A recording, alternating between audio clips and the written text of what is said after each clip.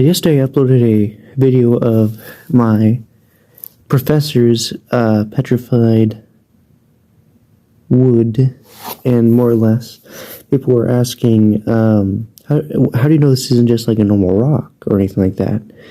Well, first I'll just go over like the process of what's called permineralization.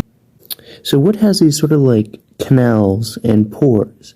So whenever it gets rapidly buried in sediment, it'll just say if like it's rainwater or if it's just like stream water or something flows to the ground, this water can carry carbonate, can do silica, and they're in dissolved form, and which precipitates out in these little canals, and they fill the pores and completely cement or wood into solid rock.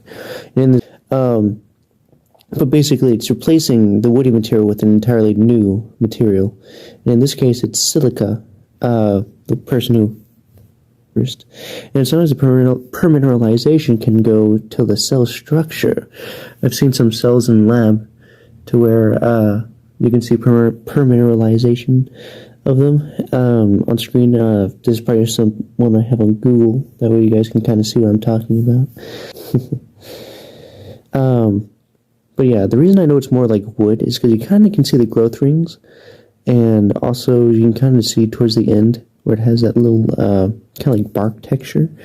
It's not a full log. It's definitely like a fragment of a log, and that's kind of why you don't see the entirety. For petrified wood, they can appear to be more smooth and have more natural colors. When you see enough of rocks, you can kind of start realizing what's like kind of like tidal flat, kind of like layering, versus something that's like more woody, more silica based, or something along the lines of that. It's kind of like more or less just practice. Once you look at enough rocks, you start to realize there's differences. And when you start looking at more fossils, you start realizing there's more differences in between these fossils. It's just more of a study of looking at the ground and just picking things apart.